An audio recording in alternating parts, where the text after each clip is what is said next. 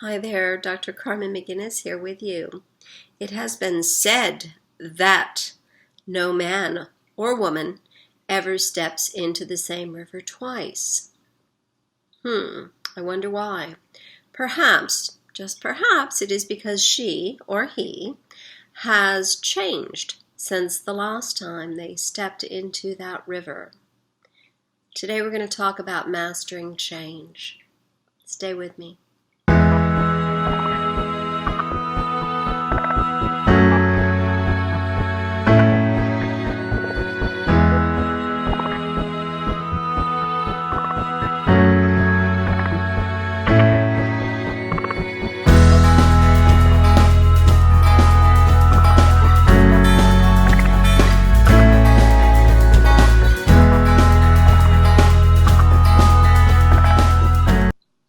Hi there. So I have an assortment of things to say today about change. Some of them are just my sort of musings about change. I've lived a long life. I'm fortunate that I have and that I'm still healthy. And I've been through a lot of change in my life. And some of the things I'm going to say are about what I know about change as a psychologist, someone who helps people manage and go through change. So I'm going to start with the musings. And these, of course, are on my cell phone because that's where we keep our musings these days, on our cell phone.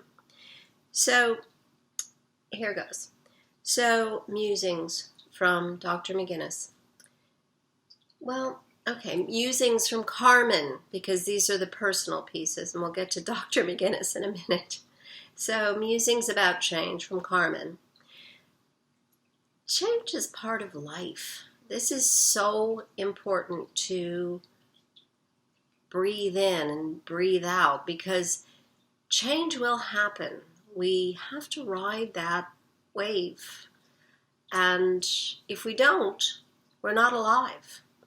We might not be buried and in the grave, but we are not, in fact, alive if we resist change. So there's that. And then there's losing something versus letting go of something. And that really speaks to how you manage change, which I'll talk about again later as Dr. McGinnis. But there is losing something versus letting go of something. When we let go, it creates space for something else. And that else might be better or worse, but what else have we got to do than find out? The degree to which you focus on the good, the possibilities, on gratitude for what you've had, and gratitude for what may be yet to come, may, it has for me, correspond with what you focus into your life, what that change brings. Be grateful that you have the office with a view, and think positively about what's to come. And we'll talk more about the office with a view in a minute. Mental or emotional processing, the heart pain that we feel when we wake up in the middle of the night, is often processed through the mental. It's processed through our thoughts. We wake up when we feel that heart pain and we have that sensation that we want to resist, we want to shut down, we want to push those thoughts away. It might be best instead, don't just let them in, don't just say, oh, hello, thoughts, but rather just accept them. Rather just say, okay, I open my heart to these possibilities, and in fact, I am grateful for what I've had, and I welcome what is yet to come. And sometimes change is simply the right thing to do. I had this conversation with my 18, almost 19, yet a week away from being 19-year-old, just the other day. Sometimes change feels uncomfortable, but it is the moral imperative, or it is the thing that is best now for the most people. Sometimes change is the right thing to do. Now, of course, the more sensitive we are, the harder it is to manage change. We understand the effect to everyone, ourselves and everyone else.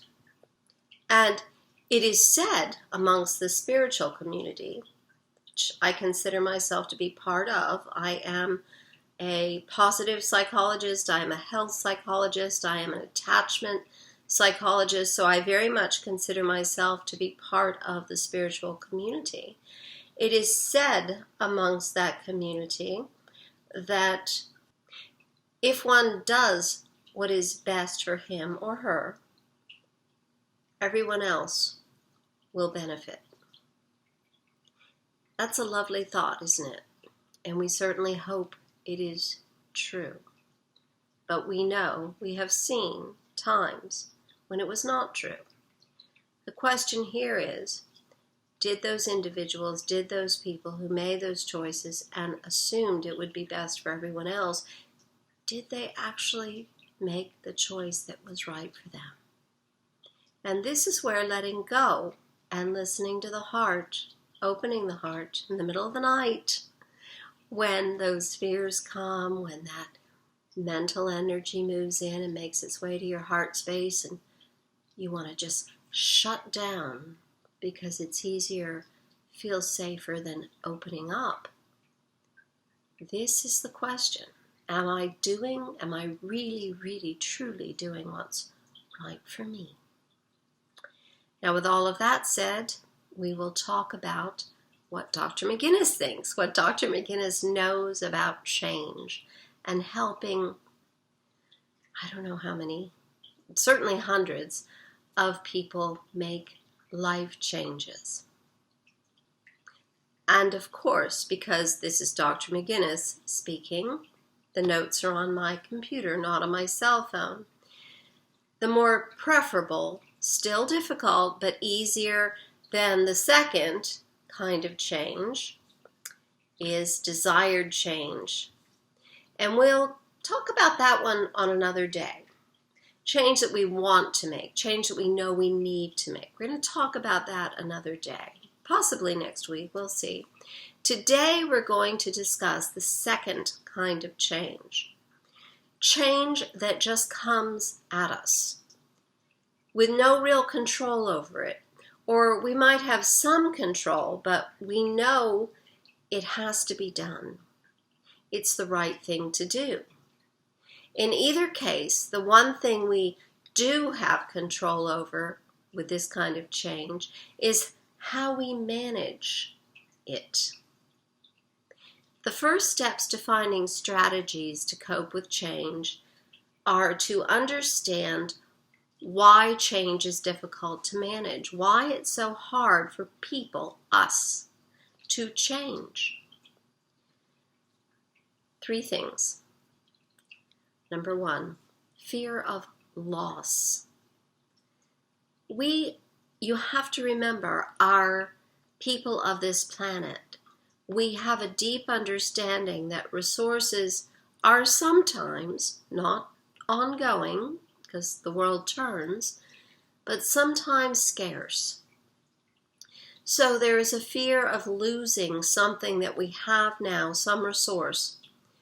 According to classic research by Cotter and Schlesinger, when confronted with change, individuals fear the loss of something during the change process. This is true even if they might have something else to gain.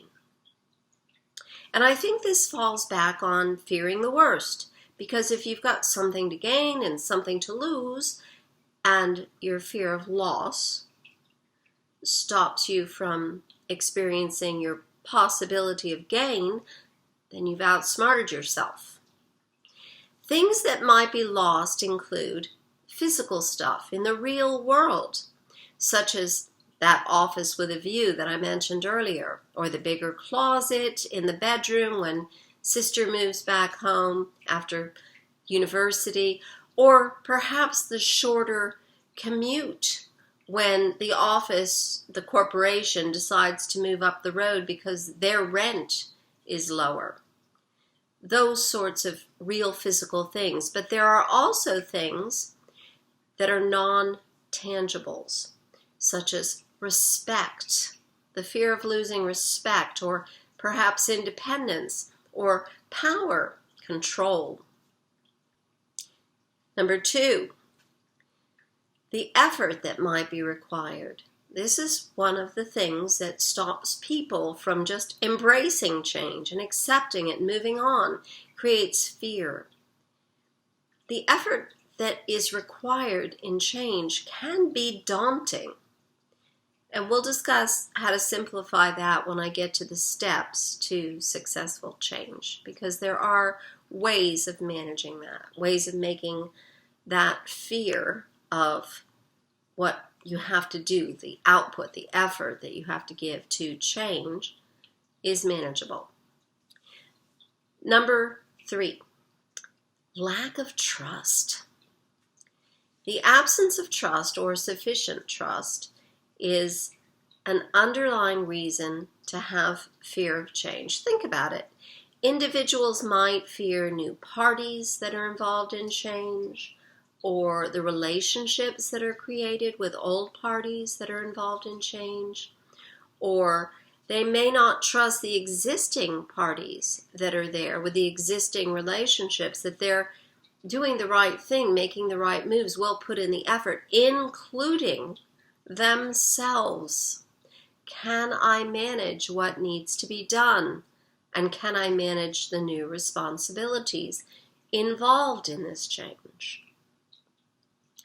So now we're going to talk about the steps to successful change, because these things can be done with the understanding of why it's difficult, the 3 things that I just mentioned. These steps can help you move forward into necessary change, change that you didn't necessarily embrace, that you didn't necessarily choose, and change that right now you're not currently fully on board with. There are 7 of these steps to successful change. Number 1, establish a sense of urgency. And some of this falls on the people that are trying to persuade you to get on board with change. But if it's change that you just know you have to make, and maybe you're not being pushed by an outside party to make it, but you're being pushed by yourself, then that falls on you. And this is critically important. You need to establish a sense of urgency. So this could involve, say, for instance, if it's a corporate change of some sort. Well, our rent is going to come up, or they're going to level the building to make room for a highway. That certainly happened here. God knows the I-4 project and the roadworks around here, lots of corporations had to move. This required necessary change. But if it's a change that you know you have to make, let's say, for instance, you're a smoker and your wife or you are pregnant.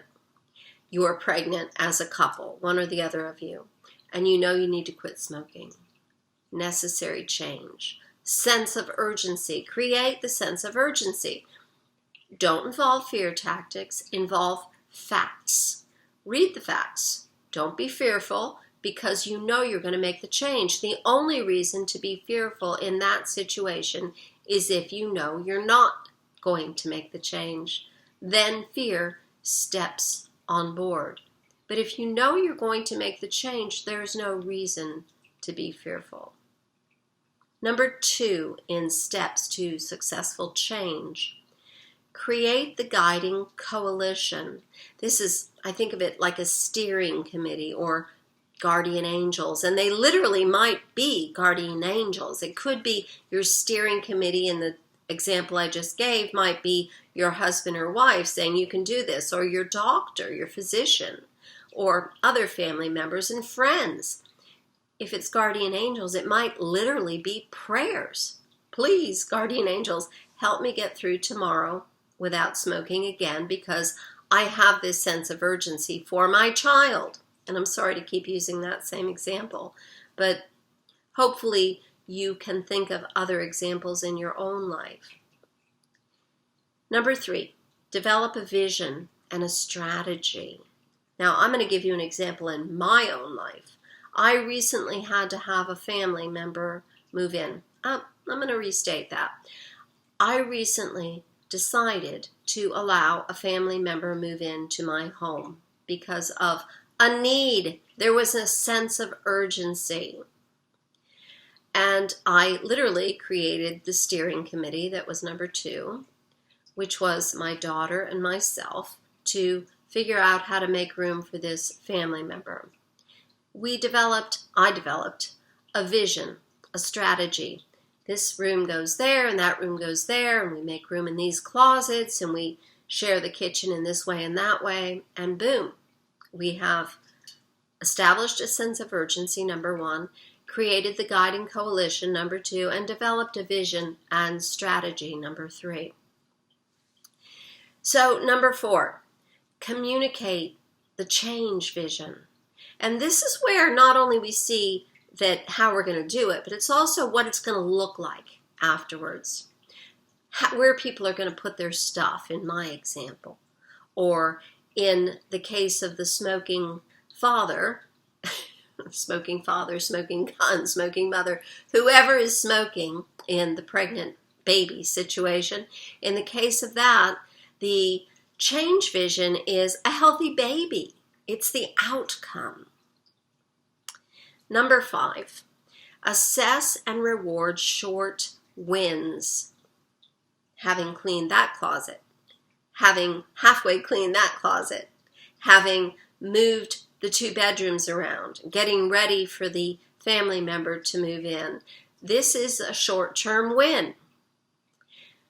Getting to where you have a plan for quitting smoking. You've got the nicotine patch. You've spoken to the physician. You've got the plan. It's all mapped out on a calendar. You've got your support system. This is assessing short-term wins. Number 6, assess your gains and make additional changes when needed. So, my 2 examples. Let's say it's the smoking family that needs to quit smoking. They might assess their gains and say, okay, these are great gains, but you know what? Until I'm done smoking, I cannot go out with friends because I have friends who smoke. And I'm just going to have to not do that until I feel more secure in this. I have lots of friends that don't smoke, so I'll go out with them for now and let the friends that do smoke know what's going on so that when we do get together again, maybe they can just not smoke at me. Example and point. Number 7, anchor the relevance of new approaches. And this is really, it's almost like a reflective process. It's going back to establishing that sense of urgency and going, you know what, we had that sense of urgency and here we are. We've done it. So it worked. It's good. We've got this.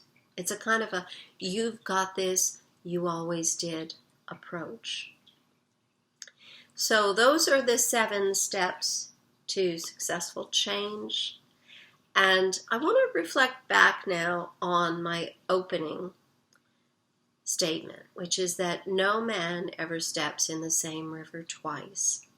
And I would like to just say that no man or woman ever walks into the same room twice, because how many of us step in rivers daily? We don't.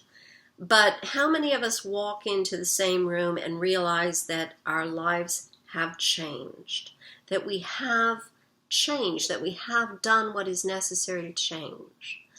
So I think by using those words and putting them in the context of walking into a room, my living room behind me, for instance, is a way of anchoring that in our real world and helping us notice that we do and can and will continue to and must, it is the moral imperative, continue to change. I sincerely hope that this has been helpful for you today, and I apologize that I'm a few days late. As I have confessed, have had some changes in my world, but I will see you this Wednesday, which I believe is tomorrow, for my midweek sneak peek as to what we'll be talking about next Sunday. Really, I'll be here Sunday next week, I promise. I will see you then. Until then, have a wonderful week.